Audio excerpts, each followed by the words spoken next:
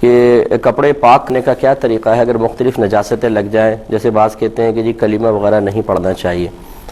تو دیکھیں پہلی بات تو یہ بالکل ٹھیک ہے کہ کپڑے پاک کرنے کا تعلق کسی بھی کلام سے نہیں ہے. کوئی کلمہ پڑھنا یا کوئی خاص وظیفہ پڑھنا کہ کپڑے پاک ہو جائیں، ایسا کسی کی چیز کی ضرورت نہیں ہے.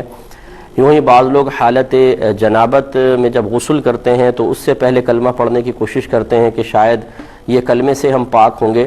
تو لہٰذا جب انسان ستر کھولے ہوئے ہو اور پھر باتھ روم میں کھڑا ہو، ایسی جگہ ذکر الہی تو ویسے سخت مکروہ ہوتا ہے، اور ستر کھلے ہونے کی حالت میں اور زیادہ مکروہ ہوتا ہے.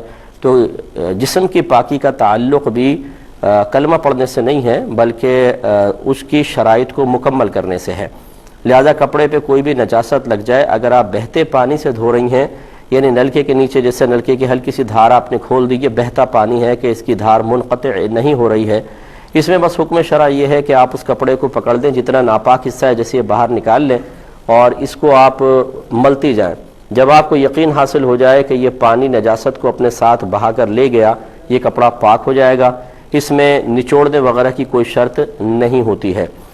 ہاں اگر ایسے آپ پانی سے پاک کر رہی ہیں جس میں دھار منقطع ہو جاتی ہے، جیسے ڈبے سے پانی ڈالا یا آپ ملتی جا رہی ہیں لیکن دھار منقطع ہو گئی، پھر دوبارہ آپ نے پانی لیا پھر ڈالا، اس میں حکم شرع یہی ہے کہ 3 دفعہ آپ اس کو دھوئیں اور 3 دفعہ پوری طاقت سے نچوڑیں.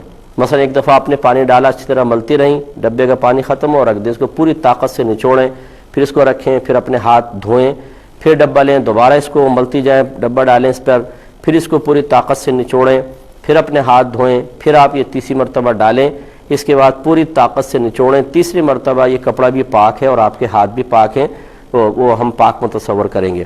اور تیسری صورت یہ ہوتی ہے کہ آپ کو یہ تو یقین ہے کہ اس کپڑے پر نجاست لگی ہے، لیکن کس مقام پر لگی ہے یہ نہیں معلوم. تو اب جیسے چادر کے قریب بچے نے پیشاب کیا، آپ نے چھینٹے چادر میں گرتے دیکھیں، لیکن اب یہ نہیں پتا کہ کس جگہ پیشاب ہے، وہ خشک ہو چکا ہے، کوئی اسمیل وغیرہ بھی نہیں ہے. تو اس کا طریقہ یہ ہوتا ہے کہ ٹب یا بالٹی میں اس کپڑے کو ڈال دیں، اوپر سے نلکا کھول دیں.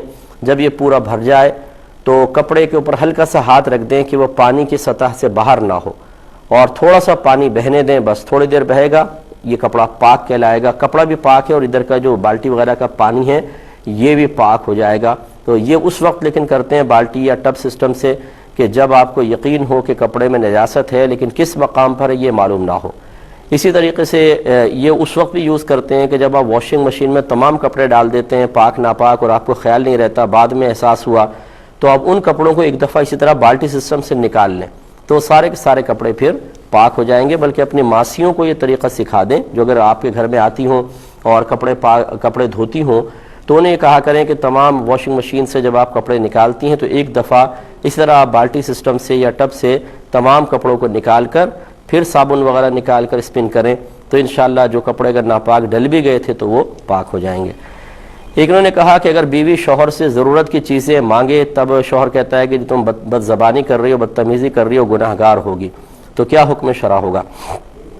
دیکھیں یقینی سی بات ہے کہ ضرورت کی چیزیں بیوی کو مانگنے کی ضرورت نہیں ہے، شوہر خود فراہم کرے اس پر واجب ہے، اور جب وہ مانگ لے تو اب تاخیر کرنا تو اور زیادہ گناہ ہے. تو اس لیے یہ مانگنا تو کوئی بری بات نہیں ہے. دیکھیں پہلی بات تو یہ کہ بیوی کو مانگنے کی ضرورت ہی نہیں ہے. جب کوئی شخص شادی کرتا ہے تو اسے پہلے پتہ ہونا چاہیے کہ مجھ پر نان نفقہ واجب ہے، تو وہ چیزیں بغیر طلب کیے بیوی کو دے، بچوں کو فراہم کرے. اگر اتنا افورڈ نہیں کر سکتے تو آپ کے لیے تو نکاح کرنا ہی گناہ تھا. پہلے یہ معلوم کرنا چاہیے تھا کہ نکاح کرنا کب فرض ہوتا ہے، کب واجب ہے، کب سنت موقدہ ہے، کب مکروہ تحریمی ہے اور کب حرام ہے. یہ چیزیں ہمیں معلوم نہیں ہوتی. آپ افورڈ نہیں کر سکتے تھے، بیوی بچوں کو نہیں سنبھال سکتے تھے، تو پھر کیوں نکاح کیا تھا؟ اللہ تعالیٰ نے ان کی ذمہ داری آپ کو دی ہے تو اس کو پورا کریں. اب بیوی اگر آپ سے نہیں مانگے گی تو کس سے جا کر؟ محلے میں جا کر مانگے یا بھیک مانگے لوگوں کے سامنے جا کر؟ یعنی ایسے شوہروں کو شرم آنی چاہیے کہ ضرورت کی چیز اگر بیوی آپ سے نہیں مانگے گی تو کس سے جا کر مانگے گی؟ تو آپ جا کر اس کو پورا کریں، اور نہیں کر سکتے تو بہرحال پھر کوئی اور متبادل ذریعہ ہونا چاہیے. ایک بات تو یہ. دوسری بات یہ کہ مانگنے کا طریقہ بھی صحیح ہونا چاہیے.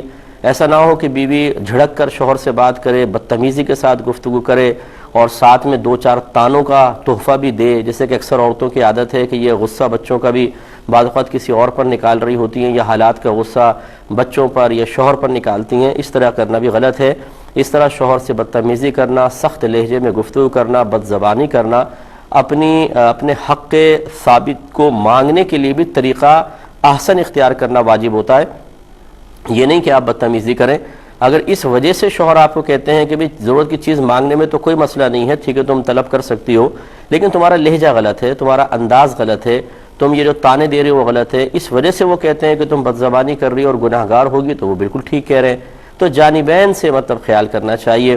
ہاں اگر یہاں پہ میں ضرور عرض کر دوں گا، اگر واقعی شوہر کی شرعی مجبوری ہے، آج کل روزگار نہیں ہے، بہت سے بے روزگار ہوتے ہیں، کام وغیرہ نہیں مل رہا ہوتا، ایسی صورت میں اگر کوئی شوہر جو پہلے نان نفقہ مکمل دیتا تھا بعد میں اس طرح کے کرائسس میں گرفتار ہونے کے بعد کوتاہی کا مرتکب ہو رہا ہے، تو اب وہ گناہ گار نہیں ہے، کیونکہ اب وہ جان بوجھ کے ایسا نہیں کر رہا ہے. تو میں نے جو کلام کیا وہ ان شوہروں کے بارے میں ہے کہ جو سب کچھ قدرت رکھتے ہیں، ہٹے کٹے کام بھی کر سکتے ہیں، لیکن جان بوجھ کر کام نہیں کرتے ہیں، اور پھر جب بیوی ضرورت کی چیز مانگے تو اس پر برسنا شروع کر دیتے ہیں. یہ ہے قابل گرفت اور غلط.